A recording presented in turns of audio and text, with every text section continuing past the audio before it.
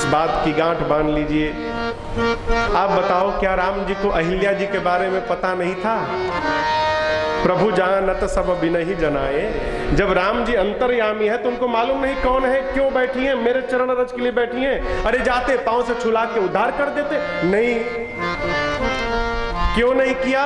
क्योंकि भगवान का स्वभाव है, जब तक कोई कहेगा नहीं कृपा नहीं करेंगे। कहा कौन? तो संत चरण कमल रज चाहती कृपा करहु रघुबीर। जब विश्वामित्र जी ने राम जी से कहा कि राम आप इन पर कृपा करिए, तब जाकर प्रभु ने कृपा की। आप भी चाहते हैं कि हम पर भी भगवान की कृपा हो जाए, तो भगवान के पीछे मत दौड़िए, भगवान के किसी भक्त संत की शरण में जाकर बैठ जाइए। संत जब भगवान के सामने बैठेंगे तो कहेंगे प्रभु मेरे पर तो बहुत ही कृपा है, आपका एक और लड़का है प्रभु, तनी उस पर भी कृपा बना के रखिएगा, एक कृपा बरस जाएगी। संत कहेंगे तब होगा। इसलिए जीवन में सर्वकाल यत्न किया जाए हमारे पर, हमारे परिवार पर किसी संत की छाया बनी रहे। कल कितनी महिमा सुनी आपने सत्संग की, वही सत्संग चल रहा है। भरद्वाज जी गदगद है। याज्ञवल्क्य जी कहे भरद्वाज जी आप ये मत समझिएगा कि मैंने आपके प्रश्न को नहीं सुना, मैं जानना चाहता था क्या आप राम कथा सुनने के अधिकारी हैं कि नहीं हैं? अरे राम कथा के अधिकारी कौन? जिनके सत्संगति अति प्यारी। जो सत्संग को प्रेम करते हैं वही कथा सुनने के अधिकारी हैं। हम लोग घूमते रहते हैं ट्रेन में, स्टेशन पर, जहाजी में, महाराज आप कथा बाजते हैं ना जी, सुनाइए कुछ। हम कहे ट्रेन में लोग मिल जाते हैं। कथवा सब जगह नहीं सुनानी चाहिए, लिखा है किसको किसको नहीं सुनानी चाहिए। हाथी को तो एकदम नहीं सुनानी चाहिए। जो मन लगाकर भगवान की कथा न सुने उसको नहीं सुनाना चाहिए। उत्तरकांड के अंत में शंकर भगवान ने कहा है निकाल के पढ़ लीजिएगा, सब बताया है किसको सुनाना है किसको नहीं सुनाना है, कब सुनाना है कब नहीं सुनाना है, कहाँ सुनाना है कहाँ नहीं सुनाना है, सब लिखा है। भरद्वाज जी से याज्ञवल्क्य जी कहते हैं मैं आपके मर्म को जान रहा था, आप राम जी के भक्त हैं, अब मैं कथा सुनाऊंगा। याज्ञवल्क्य जी महाराज अब कथा को तीर्थराज प्रयाग से निकाल कर लेकर पहुंचे कहाँ? कैलाश पर। देखिए कल बताया 4 घाट है। पहला घाट गोस्वामी जी कल शुरू किए कथा, तो गोस्वामी जी कहे मैं आपको वो कथा सुनाऊंगा जो याज्ञवल्क्य जी ने भरद्वाज जी को सुनाई। तो गोस्वामी जी कथा को दूसरे घाट पर ले गए, कहा? तीर्थराज प्रयाग पर। अब आज याज्ञवल्क्य जी महाराज भरद्वाज जी से कहते हैं मैं आपको वो कथा सुनाऊंगा जो शंकर जी ने पार्वती जी को सुनाई। अब याज्ञवल्क्य जी तीसरे घाट पर कथा को ले गए, कहा? कैलाश पर। बोले अरे परम रम्य गिरिवर कैलासो, परम रम्य गिरिवर कैलासो, सदा जहाँ शिव उमा निवासो, सदा जहाँ शिव उमा निवासो, तेहि गिरि पर बट बिटप विशाला, तेहि गिरि पर बट बिटप विशाला, नित नूतन सुंदर सब काला, नित नूतन सुंदर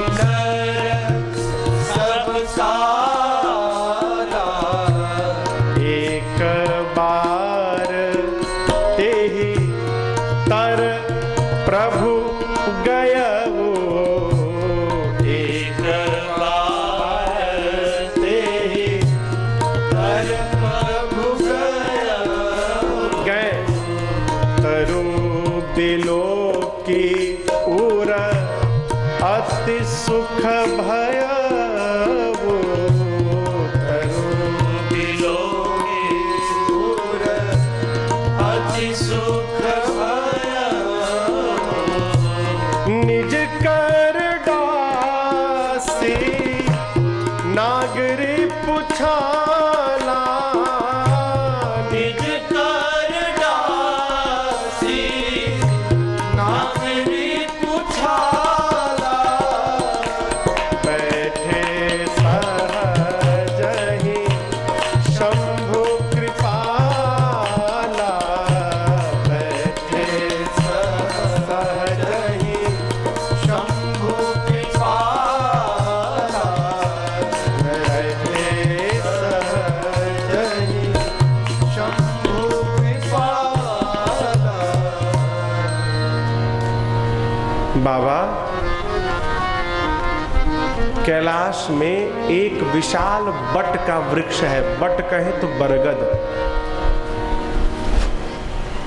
देखिए, स्थान का जीवन में बड़ा महत्व है। भक्त के बैठकर पूजा करने का स्थान निश्चित होना चाहिए, भोजन करने का स्थान निश्चित होना चाहिए, भजन करने का स्थान निश्चित होना चाहिए। सब स्थान का देखिए, स्थान जैसा होता है वैसा मन लगता है। एक कलकत्ता में स्थान है मायापुर। आप में से जो कलकत्ता गए होंगे, मायापुर प्रातः स्मरणीय परम पूज्य भगवत तुल्य चैतन्य महाप्रभु की जन्म स्थली है। कलकत्ता से 125 किलोमीटर है। इस्कॉन जो संस्था है ना, इस्कॉन का मुख्यालय है वहां पर मायापुर में। मायापुर के 10 किलोमीटर के रेडियस में जब आप प्रवेश करेंगे ना, इतनी ऊर्जा है वहां की मिट्टी में, वहां जाने के बाद ही न चाहते हुए भी आपके मुख से राधे राधे निकलने लगेगा। ये मैं अपना निज अनुभव बता रहा हूं, न चाहते हुए भी। क्यों? उस मिट्टी में इतनी ऊर्जा है कि आप बोले बिना रह नहीं पाएंगे। भजन करने का स्थान पवित्र होना चाहिए। क्यों? जहां पर बैठने के बाद हमको ऊर्जा प्राप्त हो और हमारा मन भजन में लगे। कई स्थान होता है वहां मन नहीं लगता है। हम लोग भी तो घूमते रहते हैं, 9 दिन बाद घर बदलता रहता है। कहीं कहीं जाते हैं ना तो घरवा में रहने का मन नहीं करता। मनाते भगवान कब 9 दिन बीते हम भागे यहां से। स्थान का अंतर। शंकर भगवान बट वृक्ष के नीचे गए, देखे, गदगद हो गए, दौड़ कर गए और अपने बाघंबर को लाकर बिछा दिए। बिछाकर बाबा बैठ गए। क्यों बैठ गए? शंकर जी का विवाह भया था ताड़कासुर के वध के लिए, भया था ना। ताड़कासुर का वध पूरा हो गया। शंकर भगवान सोचे विवाह जिस लिए हुआ था वो तो काम पूरा हो गया, अब भजन में प्रवेश किया जाए।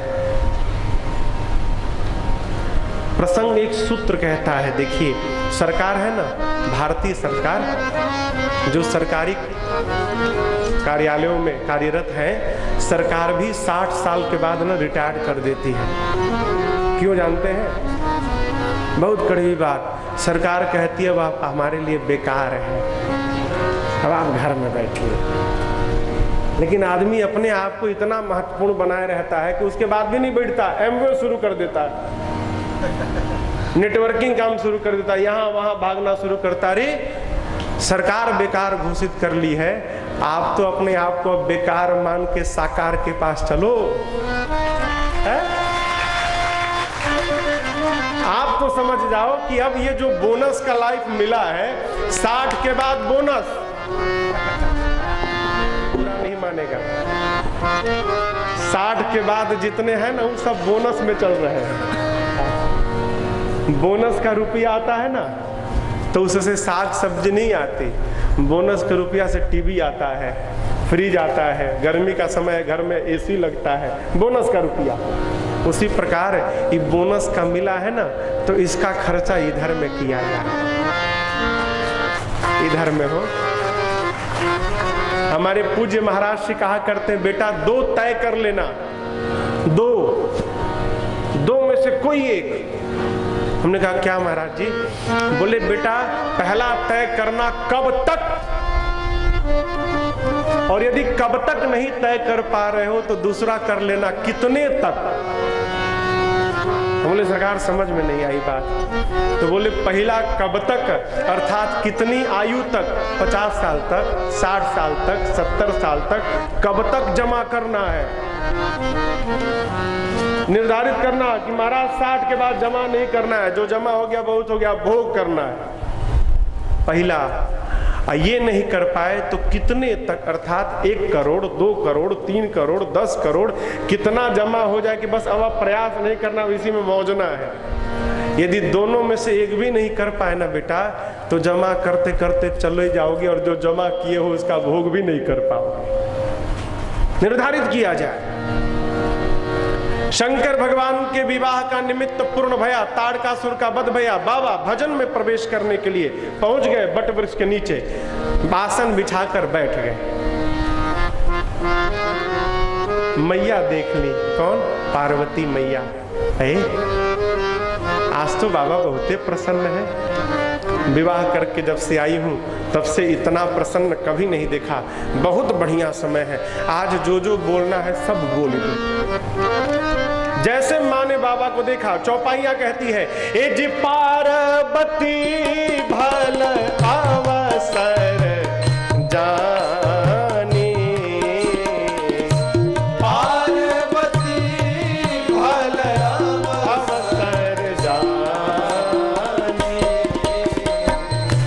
कहीं शंभु पही मातु भवानी,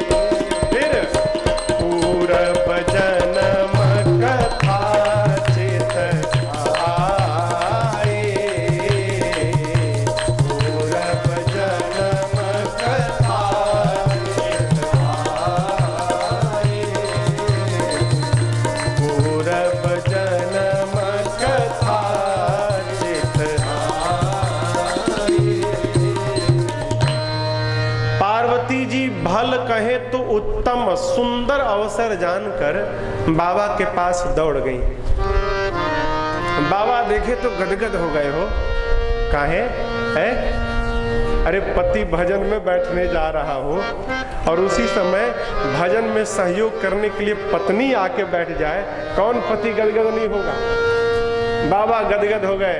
जानी प्रिया आदर अति कीन्हा, बाबा ने अति आदर किया मैया का, और आदर करके क्या किया? बाम भाग आसन हर दीन्हा। जैसे मैया यहाँ बैठी हैं, बाबा ने अपने बामांग में माँ को बिठा दिया। माँ जैसे बाबा के बामांग में बैठी, पिछले जन्म की कथा याद आ गई। पिछले जन्म में मैं सती थी, बाबा समाधि से जगे थे, मैं गई थी, प्रणाम किया था, उस समय बाबा ने सामने बिठाया था। सही बात। आज बाबा ने बामांग में बिठाया है। पूर्व जन्म कथा चित आई।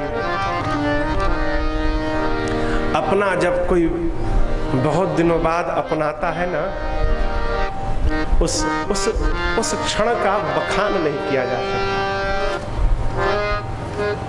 माँ एकदम विह्वल हो गई है। बाबा ने देखा तो कहे, बाबा भवानी कुछ कहना चाहती हैं क्या? बोली मैया कि प्रभु मैं तो पिछले जन्म से ही कहना चाहती थी, लेकिन जितना प्रसन्न आज आपको देखा, इतना प्रसन्न आज तक कभी नहीं देखा, इसलिए आज तक मेरी हिम्मत नहीं भाई बोलने की। देखिए छोट छोट लड़का जब बाबूजी से कुछ कहना होता है ना, तो पहले बाबूजी का मुंह देखते हैं, बाबूजी प्रसन्न है कि नाराज है। जब देखेंगे प्रसन्न है तब अपनी बात कहते, काहे प्रसन्न रहेंगे तो कहने पर बात पूरी हो जाएगी। मैया ने आज बाबा को जानी पार्वती भल अवसर जानी, आज बहुत बढ़िया समय है, गई शंभु पही मात भवानी, माँ आकर बैठ गई। बाबा ने कहा कहो कहो। माँ कहती प्रभु आप मेरे नाथ है ना? हाँ। आप तीनों लोक के नाथ है ना? हाँ। प्रभु आपकी महिमा तीनों लोक में फैली है ना? हाँ भाई। प्रभु चर अचर नाग नर देवता सब आपकी चरणों की सेवा करते हैं, मैंने सुना है। आप प्रभु हैं, समर्थवान हैं, जोग ज्ञान वैराग्य के आप अपार भंडार हैं। अरे शरणागतों के लिए तो आपका नाम ही कल्प वृक्ष के समान है। बाबा बोले एकदम सही कहा आपने। मैया कहते थे प्रभु ये बताइए, कल्प वृक्ष के नीचे रहने के बाद भी कोई दरिद्र रह सकता है क्या? कल्प वृक्ष के नीचे कोई बैठे और दरिद्र रहेगा? बाबा बोले असंभव, हो ही नहीं सकता। मैया ने कहा और यदि कल्प वृक्ष के नीचे बैठकर भी दरिद्र है तो बाबा बोले इसका अर्थ है कि जो वृक्ष के नीचे बैठा है ना, उसको मालूम ही नहीं कि वो कल्प वृक्ष है, इसलिए दरिद्र है। माँ ने कहा लेकिन प्रभु मुझे तो पता है कि मैं कल्प वृक्ष की दासी हूं, उसके बाद भी दरिद्र हूं। बाबा बोले मैं समझा नहीं भवानी। माँ ने कहा प्रभु मेरे मन में एक भ्रम है और वो इस जन्म का नहीं है, वो तो पिछले जन्म का चला आया है। आपकी दासी रहने के बाद भी मेरा भ्रम बना रहे, प्रभु ये संभव है क्या? और मैं जानती हूं कि आपको छोड़कर मेरे भ्रम को कोई दूर नहीं कर सकता। बाबा बोले मैं दूर करूंगा? मैया बोली आप ही के पास तो असली जड़ी है उसकी। बाबा बोले कैसे दूर करूंगा? तब माँ ने कहा अरे कही रघुनाथ कथा विधिना। आप नाना प्रकार से राम जी की कथा सुनाएंगे ना, तो कथवे मेरे भ्रम को हरण कर लेगी। कथा से ही भ्रम जाएगा। कल आपको सुनाया, माँ के इसी बात को सुनकर बाबा ने महिमा गाई थी। क्या? जिस प्रकार हाथ की ताली बजने से पक्षी उड़ जाते हैं, उसी प्रकार कथा रूपी ताली बजने से जीवन के संशय रूपी सारे पक्षी उड़ जाते हैं। इसी बात पे बाबा ने कही थी। बाबा ने कहा अच्छा ये बताइए आपका भ्रम क्या है? भ्रम सुनाइए। माँ शुरू हुई, कहती है प्रभु जो मुनि लोग परमार्थ पथ के पथिक हैं, यात्रा करते हैं, वो कहते हैं कि राम ब्रह्म है। शेष सरस्वती वेद पुराण सब राम जी की महिमा का गान करते हैं। ये सब तो बाहर वाले हैं, आप मेरे पति हैं भीतर वाले। आपको देखती हूँ दिन रात झोली में हाथ डाले आप हूँ राम राम राम राम राम राम राम राम जपते रहते हैं। बाबा बोले हाँ जपता तो हूँ। मैया बोली प्रभु ये आप सब लोग जिस राम को जपते हैं, ये राम जी अयोध्या के सम्राट दशरथ जी के पुत्र राम हैं कि कोई दूसरे अजन्मा अलौकिक विभू तत्व हैं? यदि राम ब्रह्म है, प्रभु मेरी बात समझिएगा, ब्रह्म का कभी जन्म नहीं होता, ब्रह्म अजन्मा होता है, उसे अज कहा गया। ब्रह्म जन्म नहीं लेता। मेरे मति में बात समझ में नहीं आ रही है। यदि राम ब्रह्म है तो भला ब्रह्म एक राजा का बेटा कैसे हो गया? और राम यदि राजा के पुत्र हैं तो एक राजा का बेटा ब्रह्म कैसे कहला गया है? आज ज्ञान और अज्ञान ने पकड़ा है प्रभु। ज्ञान राजपुत्र में ब्रह्म का दर्शन कर रहा है और अज्ञान ब्रह्म को राजा का बेटा समझ रहा है। पिछले जन्म में उनकी लीला का दर्शन किया, इस जन्म में आपके मुख से उनकी महिमा को सुना, मेरे मति में भ्रम हो गया है। प्रभु हमको इससे बाहर निकालिए। ये मत समझिएगा कि पिछले जन्म की भांति मैं आपसे विवाद कर रही हूँ। प्रभु अब की बार विवाद नहीं, अब की बार पार्वती आपके साथ संवाद करना चाहती है। मैं सत्य बताऊं, मैं भगवान की कथा सुनना चाहती हूं। आप मुझे पहले कारण बताइए, निर्गुण ब्रह्म सगुण कैसे भय? फिर राम जी की जन्म की कथा सुनाइए, बाल लीला सुनाइए, धनुष भंग सुनाइए, विवाह सुनाइए, राजा बनते बनते वन में चले गए वो सुनाइए, वन में क्या किए वो सुनाइए, कैसे रावण को मारा वो सुनाइए, अयोध्या के वापस आके राजा बनकर क्या क्या किए वो सुनाइए, कैसे प्रजा के साथ अपने धाम गए वो सुनाइए। प्रभु जो मैंने पूछा वो तो सुनाइएगा ही, और जो पूछने में छूट गया हो आप उसको भी सुना दीजिएगा। काका पूछे हो तो आपको छूट गया हो तो आप उसको भी सुनाइएगा, छुपाइएगा मत कुछ। मैया क्रम से प्रश्न करती गई। किसी कवि के सामने उसकी कविता की प्रशंसा भर कर दीजिए, क्या बात है, 5 घंटा कविता सुनाएंगे।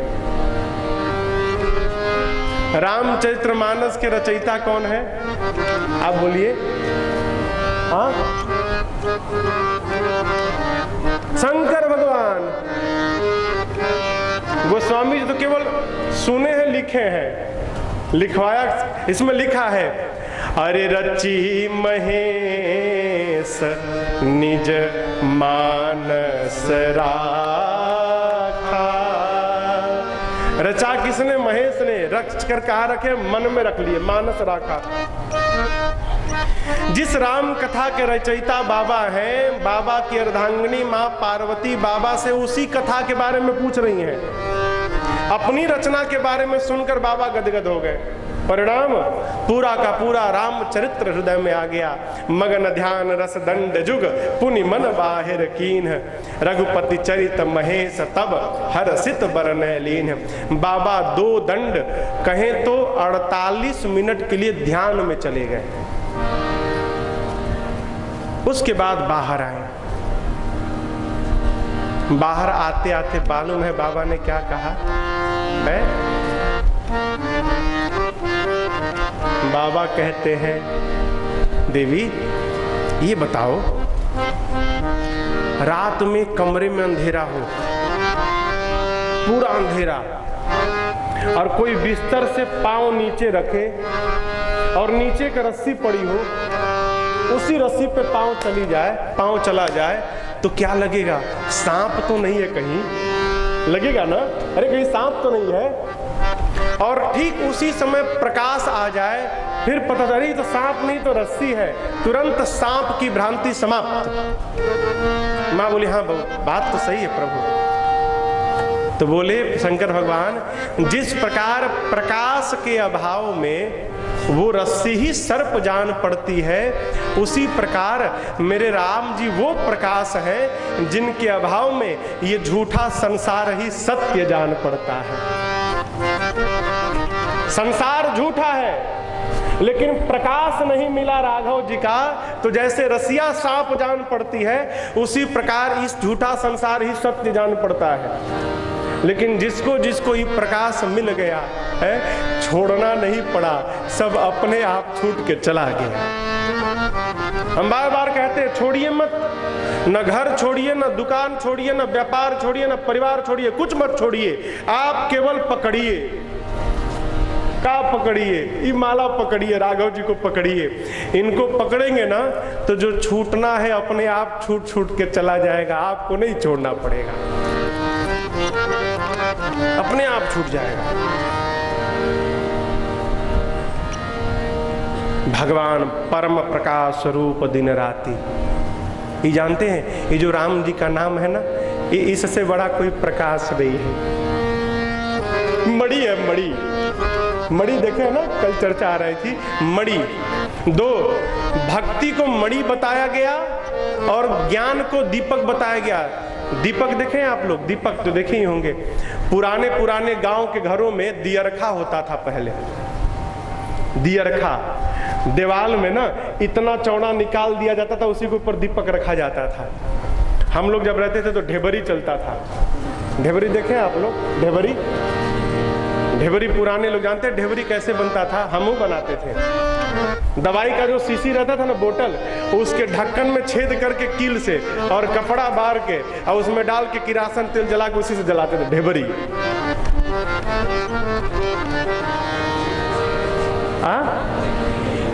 यहाँ चिमनी, अच्छा यहाँ चिमनी बोलते हैं, हमारे यहाँ उसको ढेबरी बोलते हैं।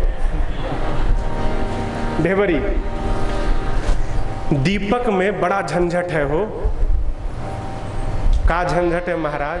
अरे दिया चाहिए, घी चाहिए, माचिस चाहिए, जलाने के बाद अगोर के बैठो कहीं हवा से बुता न जाए।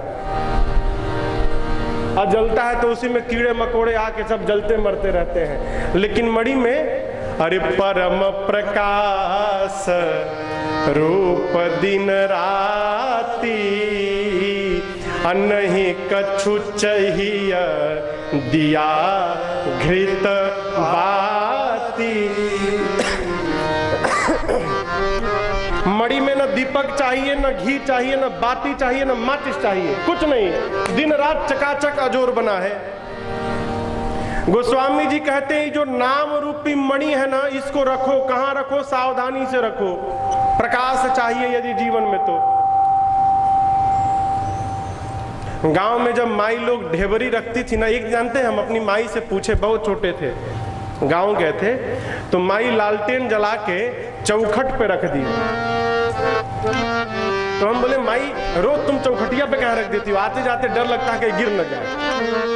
तो बोलती बेटा चौखट पे यदि दीप ये लालटेन रहेगा ना तो घर के बाहरों प्रकाश रहेगा और घर के भीतरों प्रकाश रहेगा। भीतर रखेंगे तो बाहर अंधेरा, बाहर रखेंगे तो भीतर अंधेरा। बोले बात तो सही है। अभी जब मानस पढ़ने लगा तो गोस्वामी जी भी यही बात कहते हैं, राम नाम मणि दीप धरु, कहाँ? जीह देहली द्वार। ये जो जिह्वा है ना, मुंह है, ये चौखट है। इसी चौखट पर राम नाम रूपी मणि दीपक को रख लीजिए। क्यों? तुलसी भीतर बाहर हूँ जो चाह से उजियार। इस पर राम राम राम राम रखेंगे, जपेंगे तो भीतर आपका कल्याण होगा और बाहर आपके राम को जिसके कान में प्रवेश होगा उसको भी सुनकर उसका भी कल्याण होगा। भीतर भी अजोर, बाहरों अजोर। इसलिए भगवान के नाम को मुख पे धारण किया जाए। राम राम राम राम राम राम राम राम, यही परम प्रकाश है। बाबा कहते हैं जिसको प्रकाश मिल गया संसार अपने आप छूट जाएगा, कोई छोड़ना नहीं पड़ेगा। अब इसके बाद शंकर भगवान मंगलाचरण किए। हम लोग कथा में मंगलाचरण करते हैं ना, बाबा भी किए। देखिए हमारे पूज्यपाद गुरुदेव भगवान कहते हैं बेटा ये जो चौपाई है ना, ये श्री रामचरितमानस की सबसे पहली चौपाई है। गोस्वामी जी ने पहली चौपाई यही लिखी और उस चौपाई को लाकर बाबा ने यहाँ रख दिया। ये चौपाई आप सबको याद है। आइए शंकर भगवान के साथ हम और आप मिलकर भी मंगलाचरण करते हैं। बाबा बोले मंगल भावन अमंगल हारे, मंगल भावन अमंगल हारे, द्रवौ सुदशरथ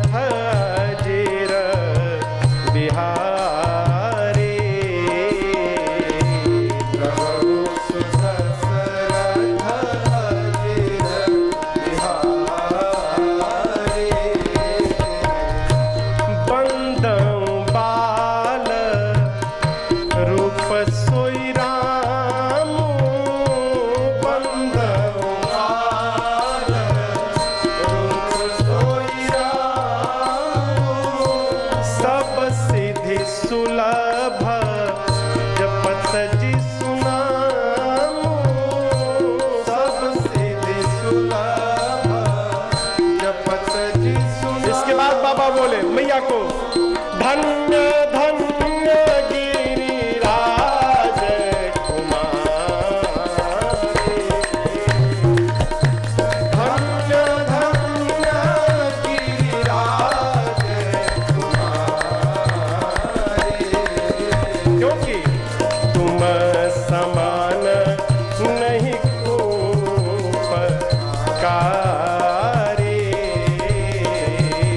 तुम समान नहीं उपकारी,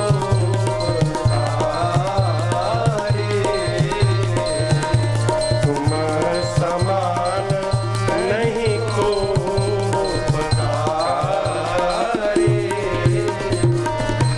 बाबा ने मंगलाचरण किया और उसके बाद मैया को धन्यवाद दिए। क्यों क्यों दिए हो, समझिएगा। जीवन में जिसके कारण आपका मन भगवान की ओर बढ़ रहा हो, जब जब वो मिले ना तो दोनों हाथ जोड़कर उसको धन्यवाद दे दीजिए। है, आप न होते तो हम भगवान तक कैसे पहुंच पाते। किसी के सताने से आप रुष्ट होकर भगवान के पास गए तो उसको भी धन्यवाद दीजिए। कोई घर में आपको त्रास दे रहा है और आप परेशान है, भागो घर छोड़ो, घर भागो मंदिर में, अब न रखाइए। और आप घर द्वार छोड़ के जाके मंदिर में बैठ के भगवान के पास पहुंच गए तो वो सताने वाला भी मिले ना तो उसको धन्यवाद दीजिए। क्यों, आप न सताते तो हम भगवान तक कैसे पहुंच पाते। देखिए ये सत्य है, जैसे भी मन भगवान की ओर पहुंचे ना तो वो मिले तो धन्यवाद दीजिए। आपकी मेरे पर बड़ी कृपा। मैं भी अपने इस भावपीठ से आदरणीय शैलेश भैया को, शिवेश भैया जी को, जो लोग तन से, मन से, धन से इस कथा के पूर्णता में लगे हुए हैं, उनको इस भावपीठ से बहुत बहुत धन्यवाद कि उन्होंने मुझे एक बार राम जी की कथा गाने का अवसर प्रदान किया। बहुत धन्यवाद। मैया को बाबा ने कहा धन्यवाद, माँ ने कहा क्यों धन्यवाद। बाबा बोले तुम समान नहीं को उपकारी। भवानी आज आपने जो मेरे ऊपर उपकार किया, ऐसा उपकार आज तक किसी ने नहीं किया। माँ ने कहा प्रभु हमने क्या कर दिया। बाबा बोले आपने मेरे रघुनाथ जी की कथा पूछी, जो कथा गंगा जी के समान है? एक गंगा भगीरथ जी ने निकलवाया, लेकिन भगीरथ जी ने जो गंगा को निकलवाया वो गोमुख से लेकर केवल गंगा सागर तक गई। दक्षिण भारत में जाने पर वो गंगा नहीं मिलेगी। मिलेगी क्या? नहीं मिलेगी। लेकिन भवानी आज आपने जिस गंगा को प्रवाहित कराया है, ये भारत नहीं पूरे विश्व में मिलेगी। जहां जाइएगा वही राम कथा गंगा मिलेगी। और आपको एक और बात बतावें, उस गंगा में नहाने के लिए बहुते लोग जाते हैं, लेकिन जाते तो बहुत लोग हैं, नहाते सब लोग नहीं है। नहाते हैं का? कई लोग किनरवा जाके चले आते हैं, बहुत ठंडा है पानी भाई, हम छू लिए, हो गया कौवा स्नान, हम छू लिए कौवा स्नान हो गया। ये काहे?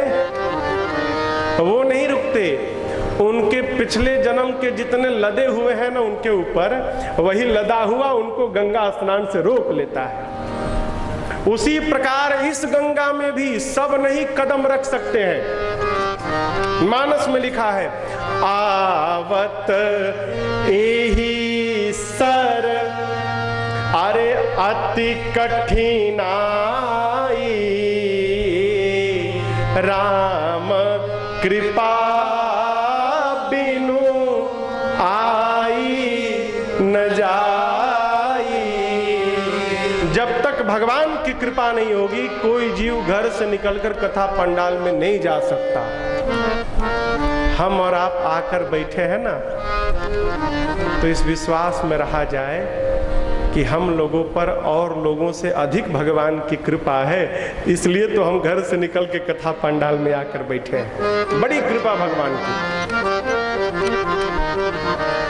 सब नहीं नहाते, बहुत भाग्यशाली। और सुनिए, आ भी गए, यदि पुण्य नहीं होगा तो सुन नहीं पाएंगे, नींद आ जाएगी। बगल वाले को कहेंगे हम कहीं समाधि में चले जाए ना तो हमको जगा देना। हम कथा सुनते सुनते ध्यान में चले जाते हैं। कथा कान में पड़े बहुत कठिन है। अरे राम कथा गंगा सुगम बही जाए, ए माँ को नहाए। राम कथा गंगा सुगम बही जाए, ए माँ को नहाए। श्री राम कथा गंगा सुगम बही जाए, ए माँ को नहाए। राम कथा गंगा सुगम बही जाए, ए माँ को नहाए।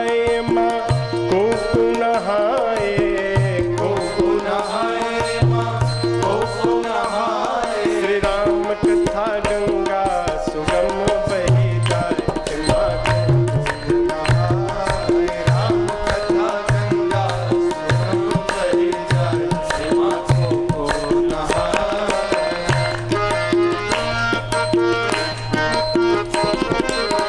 ध्रुव जी नहाए, प्रहलाद जी नहाए। ध्रुव जी नहाए, प्रहलाद जी नहाए। ध्रुव जी नहाए, प्रहलाद जी नहाए।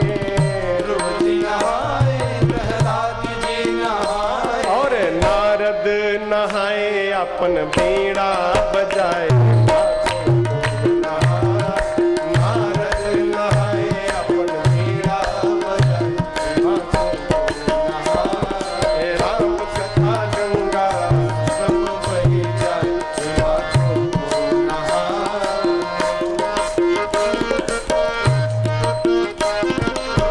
ब्रह्मा नहाए, माँ विष्णु नहाए। ब्रह्मा नहाए, माँ विष्णु नहाए। ब्रह्मा नहाए, माँ विष्णु नहाए। ब्रह्मा नहाए, माँ विष्णु नहाए। भोले बाबा नहाए, अपन डमरू बजाए। माँ को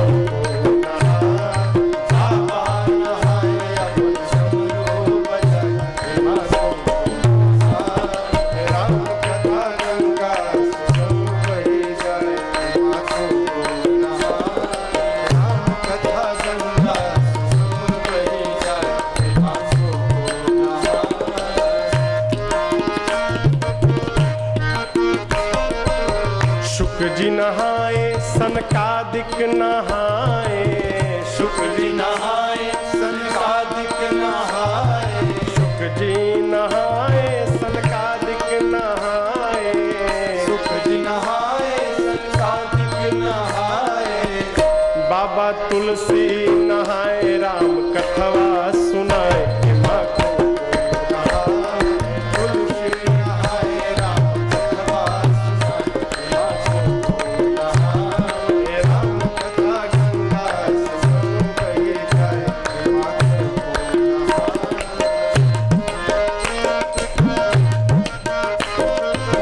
श्रोता नहाए, साथी नहाए। श्रोता नहाए, साथी नहाए। श्रोता नहाए, यजमान भी नहाए। श्रोता नहाए, यजमान भी नहाए। और राजन नहाए, राम कथवा को गाए।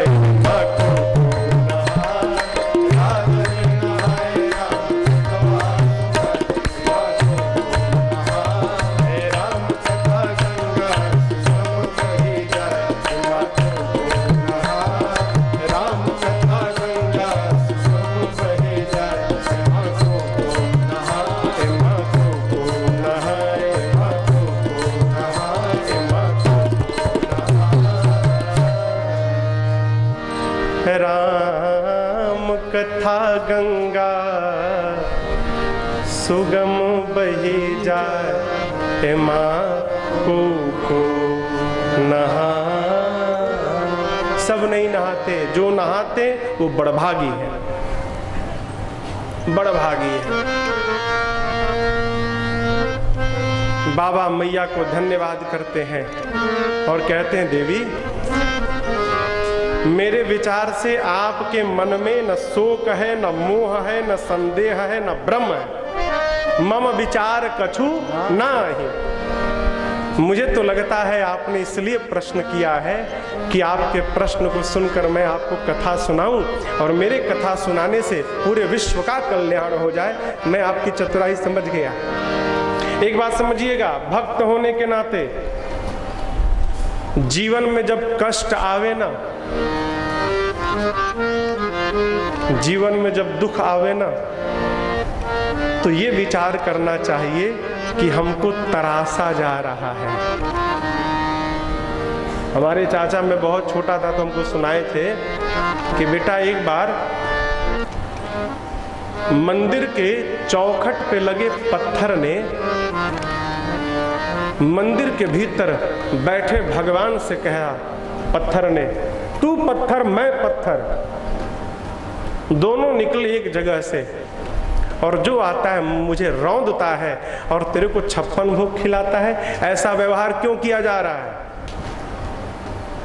चौखट के पत्थर ने पूछा मूर्ति से।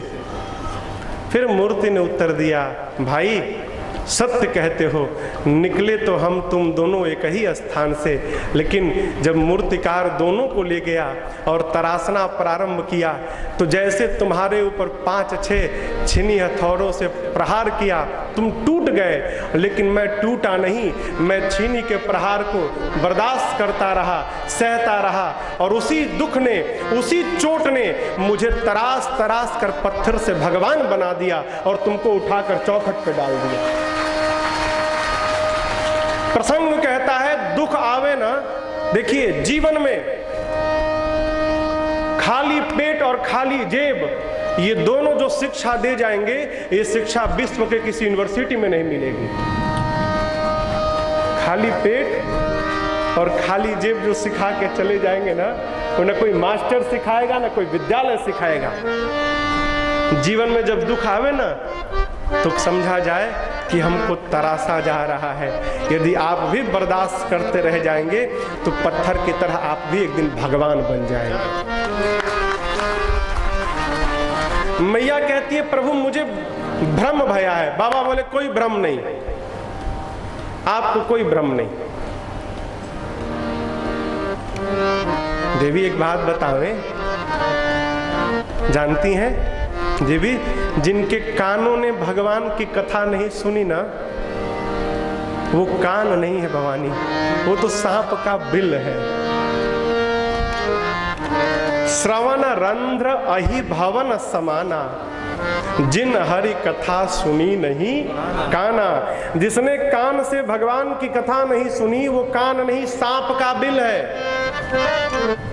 आंख मिलने के बाद जिसने भगवान का दर्शन नहीं किया, वो नेत्र नहीं है, वो मोर के पंख पे बना आंख, कोई काम नहीं।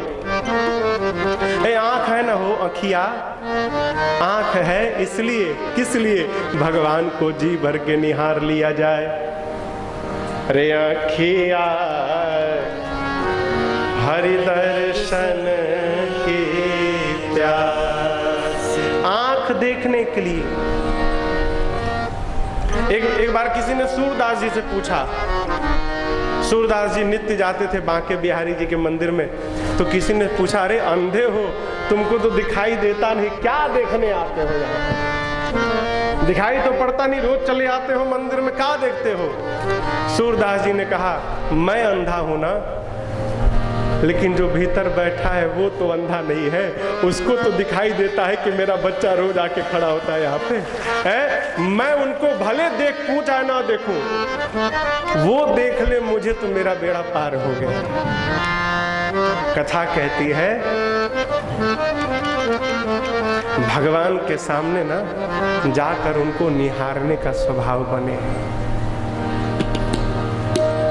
आंखें जो भगवान का दर्शन करे है।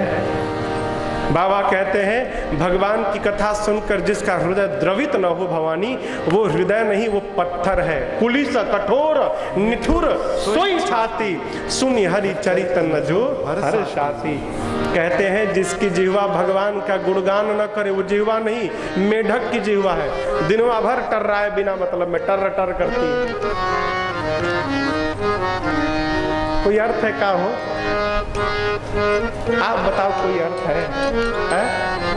माई बाप जिह्वा है का भरोसा, अंत में हम बोलने लायक रहे भी कि ना रहे।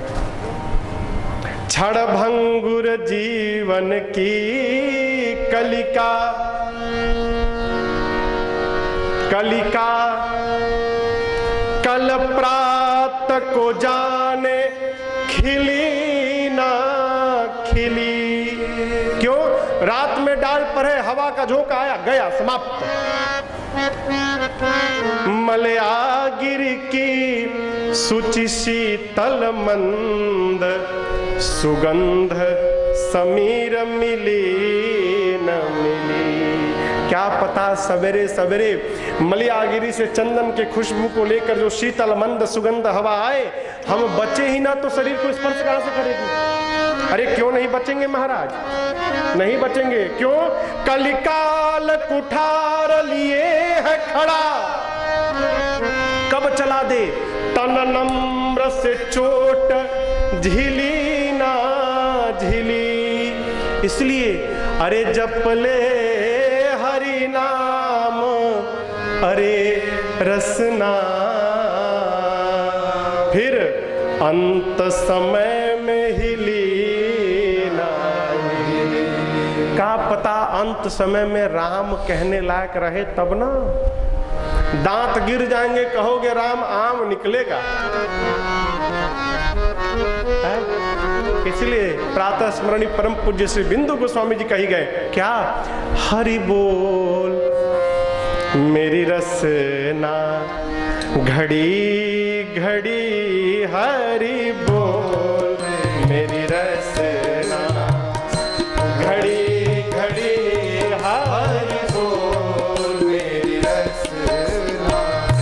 व्यर्थ बिताती है क्यों जीवन, व्यर्थ बिताती है क्यों जीवन। हाँ, व्यर्थ बिताती है क्यों जीवन, व्यर्थ बिताती है क्यों जीवन।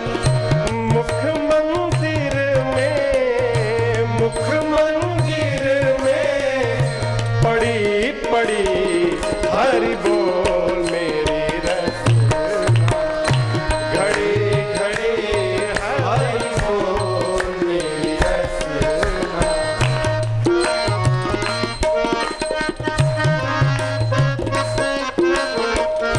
नित्य निकाल राम नाम रस, नित्य निकाल राम नाम रस, नित्य निकाल राम नाम रस, नित्य निकाल राम नाम रस।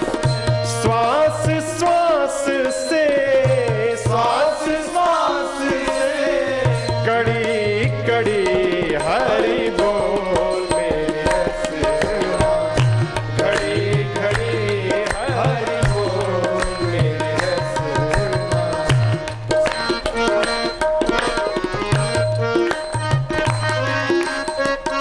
साधक कहता है सवेरे जगो, राम राम राम राम राम राम राम राम राम राम राम राम राम करो। क्यों? जपोगे तो तुम्हारा फायदा, और तुम्हारे राम को सुनकर घर वाले जग गए तो उनका फायदा। साधक कहता है जपो, जाग उठे तेरी ध्वनि सुन कर, जाग उठे तेरी ध्वनि सुन कर, जाग उठे तेरी ध्वनि सुन कर, जाग उठे तेरी ध्वनि सुन कर। इस काया की, इस काया की कड़ी कड़ी हरि बोल मेरी रसना, घड़ी घड़ी हरि बोल मेरी रसना, घड़ी घड़ी हरि बोल मेरी रसना।